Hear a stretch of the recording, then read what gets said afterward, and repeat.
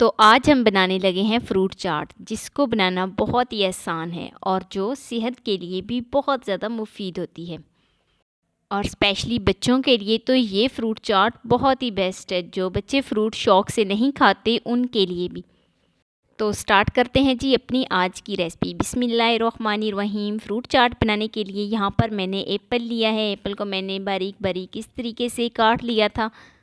तो सेब शामिल करने के बाद यहाँ पर मैंने अमरूद लिए हैं। अमरूद को भी मैंने क्यूब शेप में बारीक बारीक काट लिया था।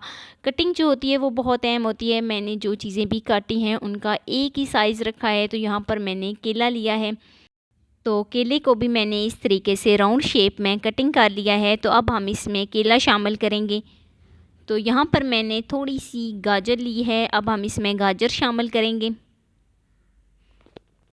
तो यहाँ पर मैंने खजूरें ली हैं, कुछ मेरे पास पड़ी हुई थी, तो उनकी मैंने गुठलियाँ निकाल कर उनको इस तरीके से काट लिया है। तो अब हम इसमें खजूरें शामिल करेंगे।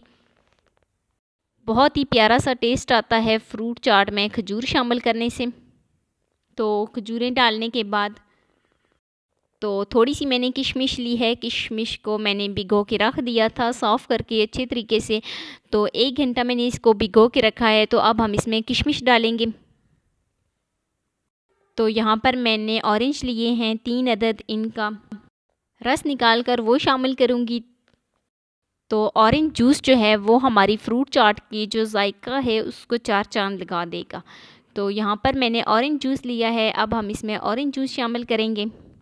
तो इससे एक खट्टा मीठा सा जायका बनेगा हमारी फ्रूट चाट में, बहुत ही प्यारा सा टेस्ट आएगा।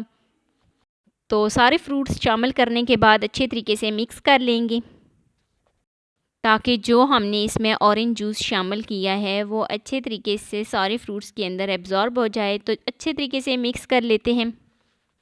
तो अच्छे तरीके से जो हमारी फ्रूट चाट्स है वो मिक्स हो गई है। तो अब यहाँ पर मैं 2 टेबलस्पून इसमें चीनी शामिल करूँगी। तो 2 टेबलस्पून चीनी शामिल करने के बाद यहाँ पर मैं 1 टेबलस्पून इसमें चाट मसाला शामिल करूँगी। चीनी और चाट मसाला शामिल करने के बाद अच्छे तरीके से मिक्स कर लेंगे।